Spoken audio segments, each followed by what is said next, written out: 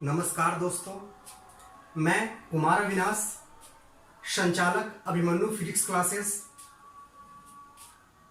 आज से आप सबों के बीच मैं अपने YouTube channel Abhimanyu physics classes के माध्यम से जुड़ने जा रहा हूं।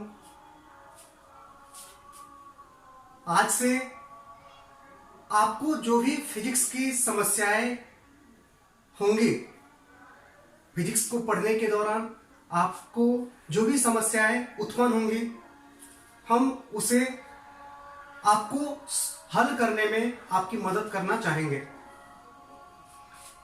आप किसी भी तरह के प्रश्न को हल करने में हमारी मदद ले सकते हैं, चाहे वो बोर्ड लेवल हो, चाहे वो कंपटीशन लेवल हो। आप सब कोई जान रहे हैं कि वर्तमान समय में संपूर्ण विश्व कोरोना वायरस के महामारी के दौर से गुजर रहा है, जिसमें हमारा देश भारत भी अछूता नहीं है। हमारे केंद्र सरकार और राज्य सरकार ने पिछले दिनों लॉकडाउन संपूर्ण भारत में किया और आपको पिछले दिन फिर पुनः उस लॉकडाउन को निरंतर जारी रखा गया आगे, ताकि इस महामारी से हमारे देश को बचाया जा सके। हम आपसे आग्रह करेंगे कि आप अपने घर में ही रहें जब तक ये कोरोना वायरस के कारण जो महामारी पूरे देश में फैली हुई है वो पूरी तरीका से खत्म ना हो जाए। अब हमें अपने घर में रहना है, लेकिन क्या हमें पढ़ाई से दूर रहना है? तो नहीं, हमें पढ़ाई से दूर नहीं रहना है। हम पिछले दिनों जब पढ़ाई हम कर रहे थे 12th की या किसी और क्लास की, तो अचानक ये बीमारी ने हमारे देश में पैर पसारा, जिसकी वजह से हम कोचिंग से, स्कूल से, हम जहां भी पढ़ रहे थे उससे दूर हो गए और हमारे पढ़ाई का जो निरंतरता थी, जो हम पढ़ रहे थे, वो हम उससे दूर हट गए। हम चाहेंगे कि आप पुनः पुराने समय में जो आप पढ़ रहे थे उसको आगे ले चले और उसको आगे ले जाने में हम आपकी मदद करना चाहेंगे और हम आपकी मदद चाहेंगे। आज हम सबसे पहले अगले साल जो बोर्ड एग्जाम्स होने वाले हैं, चाहे वो सीबीएसई बोर्ड हो, चाहे वो बिहार बोर्ड हो, चाहे कोई अन्य बोर्ड हो, उसको आगे रखते हुए उसकी तैयारी हम आज से शुरू करेंगे। उसके तत्पश्चात आप जिस लेवल का, जिस तरह का फिजिक्स हमसे आप पढ़ना चाहें, हमसे जानना चाहें, हम आपको जानने में आपकी मदद करेंगे। लेकिन सर्वप्रथम, क्योंकि अगले साल बोर्ड एग्जाम्स होने वाले हैं और अभी हमारा क्लासेस जहां हम पढ़ रहे थे उससे हम थोड़ा सा दूर हो गए हैं और समय बीत रहा है, तो हमें पढ़ाई भी जारी रखनी है। तो इस क्रम में आज हम फिजिक्स के एक महत्वपूर्ण हिस्से को आप सबों के बीच लाना चाहेंगे और उसको समझने में हम आपकी मदद करना चाहेंगे। वह हिस्सा जो आज हम आप सबों के बीच डिस्कस करने वाले हैं वो है इलेक्ट्रोस्टैटिक्स। आइए इलेक्ट्रोस्टैटिक्स को पढ़ते हैं। इलेक्ट्रोस्टैटिक्स जो कि हम पढ़ेंगे उसको दो चैप्टर में बांट करके पढ़ेंगे। इलेक्ट्रोस्टैटिक्स को हमने यहां दो चैप्टर्स में बांटा है, जिसमें हमने एक को चैप्टर 1 और दूसरे को चैप्टर 2 नाम दिया है। चैप्टर 1 में सबसे पहले हम इंट्रोडक्शन पढ़ेंगे। किसका इंट्रोडक्शन? तो इलेक्ट्रोस्टैटिक्स का। सबसे पहले हम उसको इंट्रोड्यूस करेंगे, उसके बाद इसमें charge, Coulomb's law, electric field intensity and electric field, और भी टॉपिक्स हम एक एक करके पढ़ेंगे। उसके बाद हम देन चैप्टर 2 पढ़ेंगे, और दोनों चैप्टर जब हम कंप्लीट कर लेंगे तो हमारा इलेक्ट्रोस्टैटिक्स हमारा कंप्लीट हो जाएगा। तो चैप्टर 1 और चैप्टर 2 को पढ़ने से पहले हम सबसे पहले इलेक्ट्रोस्टैटिक्स को समझते हैं कि आखिर इलेक्ट्रोस्टैटिक्स है क्या, क्योंकि इसे ही हमें पढ़ना है। तो सबसे पहले हम इलेक्ट्रोस्टैटिक्स का मतलब समझते हैं। ये इलेक्ट्रोस्टैटिक्स जो वर्ड है, ये दो वर्ड्स का कॉम्बिनेशन है, जिसमें पहला वर्ड जो है वो इलेक्ट्रो है और दूसरा क्या है, स्टैटिक्स है। इस इलेक्ट्रो को हम इलेक्ट्रिक भी कह सकते हैं, और स्टैटिक्स का मतलब होता है क्या, स्टैटिक का मतलब, जो स्टैटिक्स से ही स्टैटिक्स बना है, रेस्ट।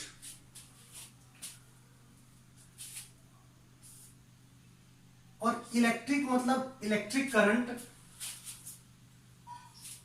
जिसको इंट्रोड्यूस कौन करता है, तो चार्ज करता है। क्यों चार्ज करता है? क्योंकि आप इलेक्ट्रिक करंट का डिफिनेशन पढ़े हुए हैं। इलेक्ट्रिक करंट का डिफिनेशन कहता है the time rate of flow of charge is called electric current, अर्थात समय के अनुसार आवेश के प्रवाह का दर क्या कहलाता है, तो विद्युत धारा कहलाता है। आप जब इलेक्ट्रिक करंट का फॉर्मूला लिखते हो तो क्या लिखते हो, इलेक्ट्रिक करंट जो होता है वो क्या होता है, चार्ज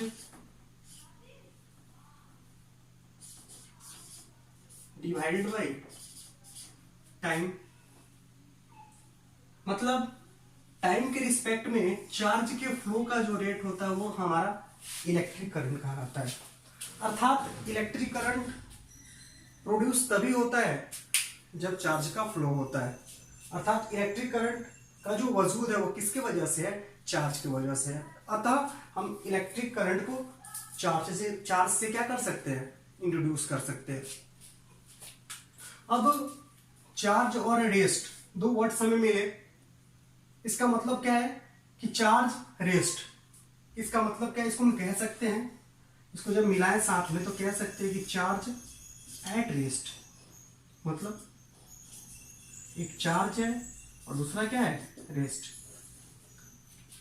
मतलब इलेक्ट्रोस्टैटिक्स का एक नया मीनिंग निकल करके आता है, चार्ज एट रेस्ट। चार्ज मैंने कहां से लाया, तो इलेक्ट्रो मतलब इलेक्ट्रिक, इलेक्ट्रिक को इंट्रोड्यूस करता है, चार्ज करता है, और स्टैटिक यहां से, स्टैटिक का क्या हो जाएगा, रेस्ट। तो ये बन गया चार्ज एट रेस्ट। मतलब इलेक्ट्रोस्टैटिक्स का मतलब होता है चार्ज एट रेस्ट। इसका मतलब क्या है, तो चार्ज एट रेस्ट मतलब चार्ज जो है वो रेस्ट में है। तो अब हमें इलेक्ट्रोस्टैटिक्स को डिफाइन करना है, तो हम इसके सहायता से इसको क्या कर सकते हैं, डिफाइन कर सकते हैं। इसके मीनिंग से हम इसको क्या कर सकते हैं, डिफाइन कर सकते हैं। हम कह सकते हैं कि इलेक्ट्रोस्टैटिक्स फिजिक्स का वह पार्ट है जो डील्स होता है चार्ज एट रेस्ट से। यानी इलेक्ट्रोस्टैटिक्स एक फिजिक्स का हिस्सा है जो विराम अवस्था में रहने वाले आवेश से क्या होता है, तो व्यक्त होता है। हम इसके दूसरे भाषा में इलेक्ट्रोस्टैटिक्स का डिफिनेशन ये भी लिख सकते हैं कि फिजिक्स का वह हिस्सा, फिजिक्स का वह ब्रांच जिसके अंतर्गत हम रेस्ट में रहने वाले चार्ज के विषय में अध्ययन करते हैं, क्या कहलाता है आपका, वो इलेक्ट्रोस्टैटिक्स कहलाता है। मतलब फिजिक्स का वह पार्ट जिसके अंतर्गत हम रेस्ट में रहने वाले चार्ज के विषय में अध्ययन करते हैं, विषय में पढ़ते हैं, क्या कहलाता है, हमारा इलेक्ट्रोस्टैटिक्स कहलाता है। मतलब the part of physics in which we study about charge which present in rest is called electrostatics. मतलब इलेक्ट्रोस्टैटिक्स में हमें चार्ज के विषय में पढ़ना है, और वैसे चार्ज के विषय में पढ़ना है जो कि रेस्ट में रहता है। तो फिर हमारे मन में ये सवाल आता है कि क्या हम रेस्ट में रहने वाले चार्ज के विषय में ही केवल पढ़ेंगे? तो नहीं, जब चार्ज पार्टिकल मूव करेगा उसके विषय में भी हम पढ़ेंगे, लेकिन इस हिस्से में नहीं, उसके अगले हिस्से में। जब आगे हम चैप्टर्स को ले जाएंगे तो वहां पर हम पढ़ेंगे कि चार्ज जब मूव करता है तो उसके कारण क्या क्या होता है, हम आगे उसको भी देखेंगे। लेकिन यहां पर हम केवल चार्ज के विषय में पढ़ेंगे और वैसे चार्ज के विषय में पढ़ेंगे जो कि रेस्ट में रहता है। तो फिर बात है सर, मूव जो करता है उसको अलग क्यों पढ़ेंगे, रेस्ट में रहता है उसको क्यों अलग पढ़ेंगे? कारण है क्योंकि जो चार्ज पार्टिकल रेस्ट में रहता है और जो चार्ज पार्टिकल मूव करता है उनकी प्रॉपर्टी डिफरेंट होती है, उनकी प्रॉपर्टी समान नहीं होती है, वो दोनों अलग अलग प्रॉपर्टी शो करते हैं। इस वजह से आसानी से फिजिक्स को पढ़ने के लिए हम इन दोनों को क्या करते हैं, अलग अलग पढ़ते हैं, रेस्ट में रहने वाले को अलग और मूव करने वाले को अलग।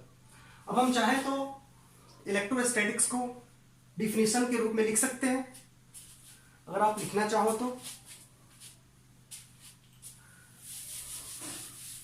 आखिर अब इलेक्ट्रोस्टैटिक्स का डिफिनीशन हम क्या लिखेंगे?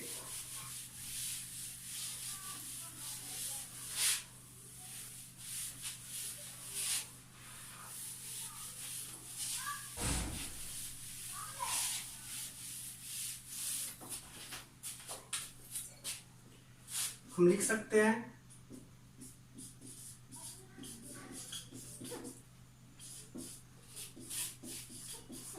The part or branch of physics in which we study about charge which present in rest is called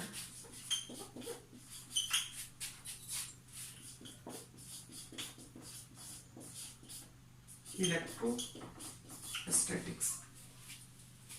मतलब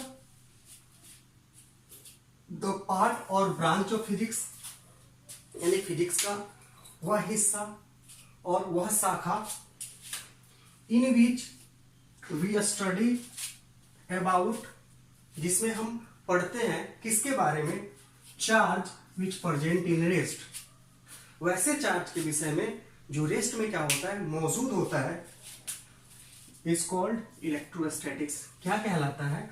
तो इलेक्ट्रोस्टैटिक्स कहलाता है, यानी स्थिर वैद्युत की कहलाता है।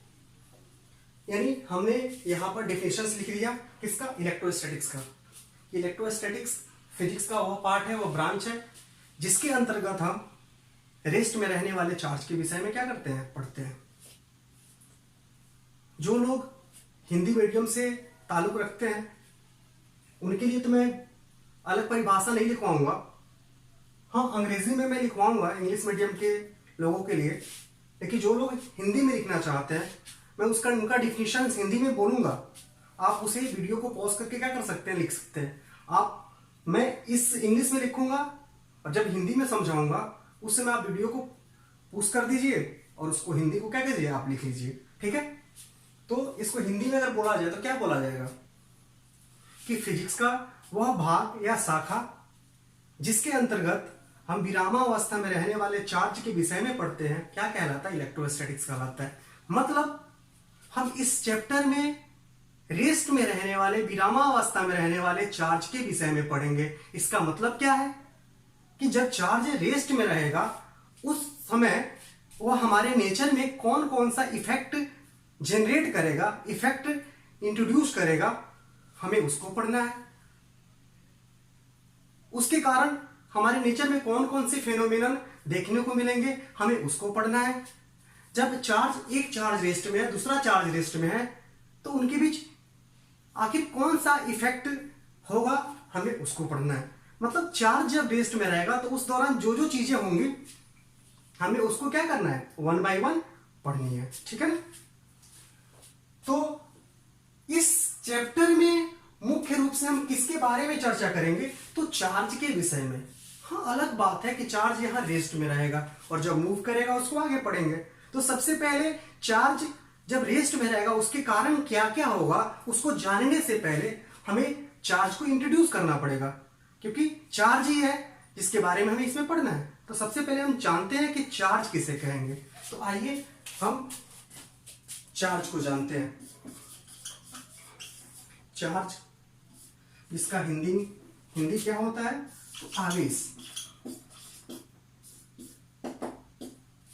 इस चार्ज का डिफिनेशन अलग अलग बुक्स जो है ना वो अलग अलग लिखती है। वही चार्ज का डिफिनेशन किसी बुक में कुछ और है और किसी बुक में कुछ और है। तो ये मैटर नहीं है कि किस बुक में क्या लिखा हुआ है, मैटर है कि आखिर जो चार्ज का डिफिनेशन लिखा हुआ है उसका मतलब क्या निकलता है। अगर कोई भी डिफिनेशन उसका मतलब अगर एक समान है तो हमें कोई प्रॉब्लम नहीं है कि डिफिनेशन क्या है। कहीं कहीं चार्ज का डिफिनेशन लिखा हुआ है कि charge is the fundamental property of matter due to which two or more than two bodies attract or repel each other. मतलब चार्ज जो है पदार्थ का वह मूल गुण है जिसके कारण दो वस्तुएं या दो पदार्थ एक दूसरे को आकर्षित या क्या करती हैं, विकर्षित करती हैं। और कहीं कहीं इसी चार्ज का डिफिनेशन लिखा हुआ है कि charge is the fundamental property of matter due to which we experience electric and magnetic effect. यानी चार्ज जो है वह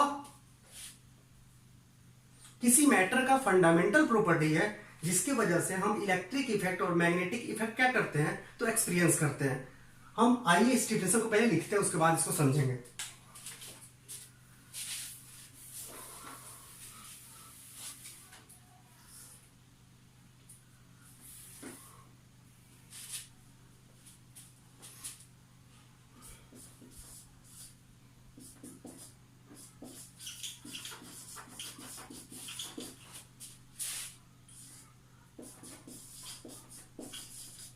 The fundamental properties of matter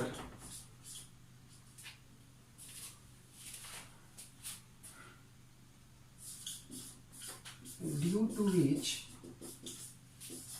we experience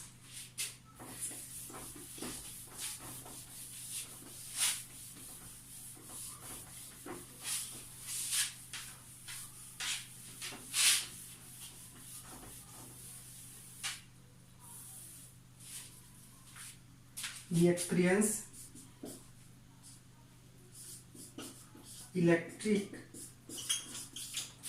and magnetic effect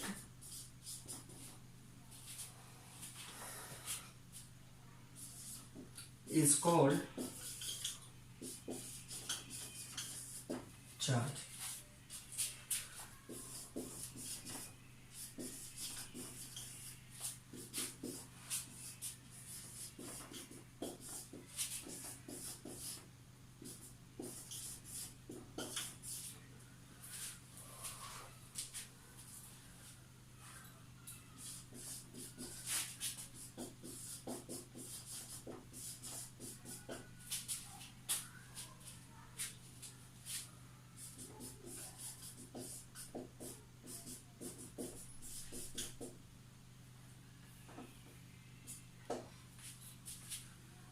मतलब चार्ज का डिफिनेशन हमने यहां क्या लिखा है, तो लिखा है the fundamental properties of matter, यानी किसी मैटर का वह fundamental property due to which, जिसके कारण we experience electric and magnetic effect, जिसके कारण हम इलेक्ट्रिक तथा मैग्नेटिक इफेक्ट क्या करते हैं, एक्सपीरियंस यानी अनुभव करते हैं, इज कॉल्ड चार्ज। क्या कहलाता है? चार्ज कहलाता है।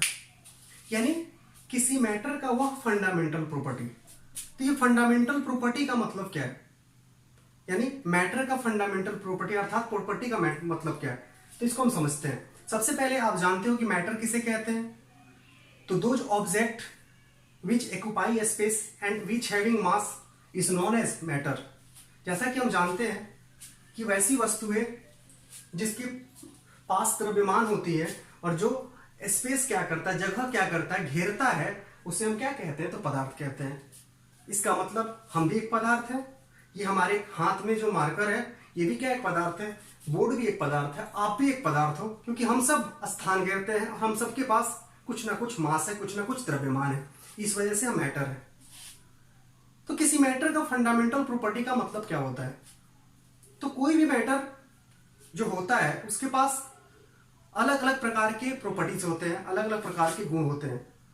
तो किस प्रॉपर्टी को, किस गुण को हम फंडामेंटल प्रॉपर्टी कहते हैं? तो उन प्रॉपर्टी को हम फंडामेंटल प्रॉपर्टी कहते हैं जो प्रॉपर्टी सभी मैटर में क्या होती है? विद्यमान होती है। किसी मैटर के हम उस प्रॉपर्टी को फंडामेंटल प्रॉपर्टी नहीं कह सकते हैं जो किसी एक खास मैटर में मौजूद हो और किसी अन्य मैटर में मौजूद नहीं हो। यानी किसी पदार्थ के उस गुण को हम मूल गुण नहीं कह सकते हैं जो किसी अन्य पदार्थ में मौजूद हो और किसी अन्य पदार्थ में मौजूद नहीं हो। अगर जो गुण किसी भी मैटर का, किसी भी पदार्थ का जो गुण सबके अंदर समान रूप से पाया जाता है, सबके अंदर उस गुण को हम देखते हैं, उस गुण को हम क्या कहते हैं? तो फंडामेंटल प्रॉपर्टी कहते हैं। इसका मतलब चार्ज एक फंडामेंटल प्रॉपर्टी है। जस्ट लाइक जैसे मास, मास क्या है? किसी पदार्थ का एक फंडामेंटल प्रॉपर्टी है, क्योंकि कोई भी पदार्थ है उसके पास मास अवश्य ही होगा। तो मास चूंकि सब में पाया जाता है इसलिए हम मास को भी फंडामेंटल प्रॉपर्टी बोल देंगे। तो चार्ज भी एक फंडामेंटल प्रॉपर्टी है। इसका मतलब यह है कि वो सभी मैटर में, सभी पदार्थ में क्या होता है? तो मौजूद होता है। ठीक है, इसलिए हम चार्ज को क्या बोलते हैं? तो फंडामेंटल प्रॉपर्टी ऑफ मैटर बोलते हैं। ठीक है, due to which we experience electric and magnetic effect is called charge. जिसके कारण हम इलेक्ट्रिक और मैग्नेटिक इफेक्ट क्या करते हैं? अनुभव करते हैं, चार्ज कहलाता है। अब ये इलेक्ट्रिक इफेक्ट क्या है? तो जब चार्ज रेस्ट में रहता है तो उस दौरान जो वो इफेक्ट क्रिएट करता है उसको हम इलेक्ट्रिक इफेक्ट, जब वही चार्ज मूवमेंट करता है, जब चार्ज वो मूव करता है उस समय जो इफेक्ट क्रिएट करता है उसको क्या कहते हैं? मैग्नेटिक इफेक्ट कहते हैं। जैसे आप सबको पता है कि पॉजिटिव चार्ज दूसरे पॉजिटिव चार्ज को क्या करता है? रिपेल करता है। एक निगेटिव दूसरे निगेटिव को रिपेल करता है, जबकि एक पॉजिटिव दूसरे निगेटिव को करता है? अट्रैक्ट करता है। तो एक चार्ज का एक को रिपेल करना, दूसरे को अट्रैक्ट करना, ये चार्ज का एक इफेक्ट है, जिस वजह से एक दूसरे को अट्रैक्ट या क्या करता है? रिपेल करता है। चूंकि यहां चार्ज रेस्ट में है तो इस इफेक्ट को हम क्या कह सकते हैं? इलेक्ट्रिक इफेक्ट कहते हैं। और वही चार्ज जब मूव करता है उसको क्या कहते हैं? मैग्नेटिक इफेक्ट कहते हैं। और उसको हम आगे क्या करेंगे? इसको स्टडी करेंगे। यहां लिखा है कि when charge present in rest, जब कोई चार्ज क्या होता है? रेस्ट में होता है, देन वी ओनली एक्सपीरियंस, हम अनुभव करते हैं, केवल अनुभव करते हैं क्या? तो इलेक्ट्रिक इफेक्ट, यानी इलेक्ट्रिक इफेक्ट को। अर्थात जब कोई चार्ज रेस्ट में रहता है तो उसके कारण हम केवल और केवल इलेक्ट्रिक इफेक्ट क्या करते हैं? अनुभव करते हैं। समझ में आ रहा है? ओके, तो ये हुआ चार्ज का डेफिनेशन। कोई दिक्कत? हम आगे बढ़ते हैं। ठीक है, अब आपसे मैं डिस्कस करना चाहूंगा, अगर कोई मान लीजिए बॉडी हो और इस बॉडी के अंदर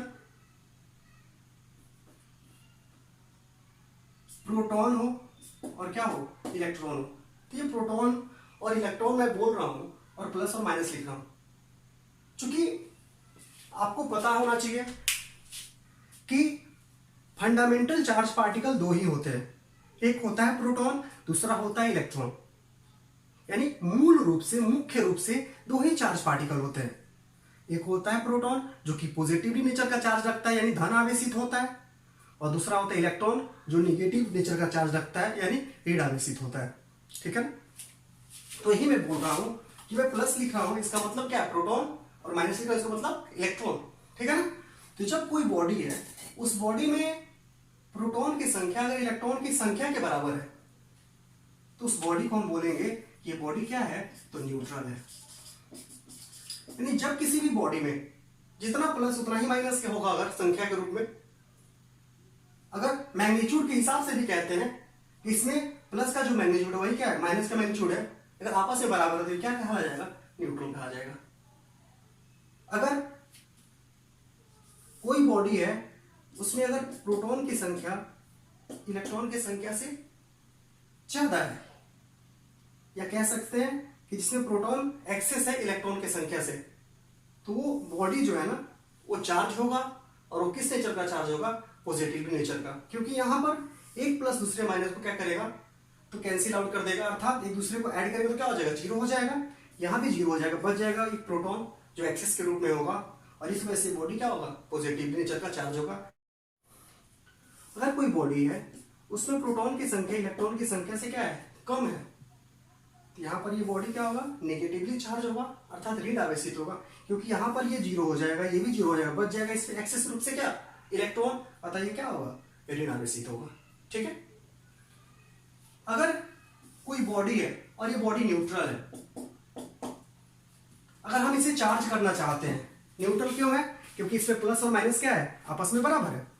तो अगर हम इसे चार्ज करना चाहते हैं तो कोई भी बॉडी जो है वो चार्ज होता है due to transfer of electron, अर्थात कोई भी बॉडी अगर उसको चार्ज करना है तो वो चार्ज होता है due to transfer of electron. मतलब अगर कहीं से इसमें इलेक्ट्रॉन आए या तो इससे इलेक्ट्रॉन निकले, या तो ये इलेक्ट्रॉन गेन करे या तो इलेक्ट्रॉन क्या करेगी? लॉस करे, तो इसको कहते हैं कि इसमें क्या हो रहा है? ट्रांसफर हो रहा है चार्ज का। और चार्ज किसका हो रहा है? तो इलेक्ट्रॉन का। तो कोई भी बॉडी अगर इलेक्ट्रॉन का ट्रांसफर करता है तो उसके फलस्वरूप क्या होता है? वो चार्ज होता है। कैसे?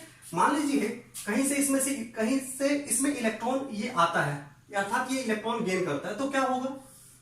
शुरुआत में इसके पास दो प्रोटॉन हमने लिया है और दो इलेक्ट्रॉन। जब एक और निगेटिव चार्ज इसमें आएगा, इलेक्ट्रॉन आएगा, तो इसमें इलेक्ट्रॉन की संख्या क्या होगी? इंक्रीज कर जाएगी, बढ़ जाएगी। तो यहां से ये जीरो, लेकिन ये एक्सेस हो जाएगा, तो ये क्या होगा? निगेटिवली चार्ज, अर्थात ये चार्ज हो गया। अब आगे आप देखते हो, फिर से अगर हम यहां से इलेक्ट्रॉन को निकाल दे, यानी लॉस कर देगा इलेक्ट्रॉन, जब यहां से इलेक्ट्रॉन निकल जाएगा इसके पास एक ही इलेक्ट्रॉन बचेगा, ये जीरो बच के एक्सेस में क्या? प्रोटॉन, अर्थात ये क्या हो जाएगा? आपका पॉजिटिवली चार्ज हो जाएगा। ठीक है। तो यहां पर ये भी चार्ज हो गया और ये भी चार्ज हो गया। कैसे चार्ज हो गया? तो due to transfer of electron, या इलेक्ट्रॉन के ट्रांसफर के फलस्वरूप। तो कहिएगा कि हम तो इसको चार्ज कर सकते हैं, अगर ये न्यूट्रल बॉडी है तो इसको हम चार्ज कर सकते हैं due to transfer of proton. आपके मन में आएगा सवाल कि अगर हम प्रोटॉन का ट्रांसफर कर दे तो भी तो ये चार्ज हो जाएगा। क्या करें? अगर प्रोटॉन इसमें से निकाल दे या तो कहीं से लाके प्रोटॉन दे दे, अगर निकाल दे तो इलेक्ट्रॉन बढ़ जाएगा, प्रोटॉन कम हो जाएगा, तो ये ऋण आवेशित हो जाएगा, नेगेटिवली चार्ज हो जाएगा। और ला करके दे दे तो प्रोटॉन बढ़ जाएगा, इलेक्ट्रॉन कम हो जाएगा, तो क्या होगा? पॉजिटिवली चार्ज हो जाएगा। तो कहिएगा क्यों आप ऐसा बोल रहे हैं कि जब बॉडी कोई चार्ज होता है तो इलेक्ट्रॉन के ट्रांसफर के फलस्वरूप होता है? बोलिए कि प्रोटॉन के ट्रांसफर के फलस्वरूप भी होता है, तो ऐसा नहीं होता है। जब भी ट्रांसफर की बात होगी तो इलेक्ट्रॉन का ट्रांसफर होगा, प्रोटॉन का ट्रांसफर कभी संभव नहीं है। आप जब एटॉमिक स्ट्रक्चर किसी चीज का बनाते हैं, जैसे मान लीजिए सोडियम का हम एटॉमिक स्ट्रक्चर बनाना चाहते हैं, सोडियम का एटॉमिक स्ट्रक्चर हम बनाते हैं अगर,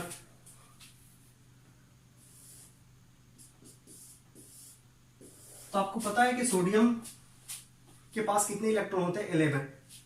जब इसको हम भरते हैं तो 2 फर्स्ट ऑर्बिट में 2, सेकेंड में कितना होता है? 8,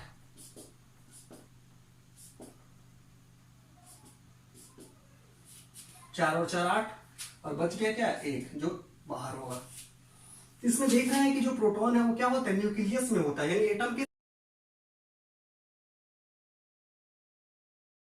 सेंटर के हिस्से में होता है। अर्थात सेंटर का हिस्सा क्या होता है किसी एटम का? वो न्यूक्लियस होता है, अर्थात उसमें मौजूद होता है, जो कि इसको निकालना यहां से क्या होता है? हमारे लिए असंभव होता है।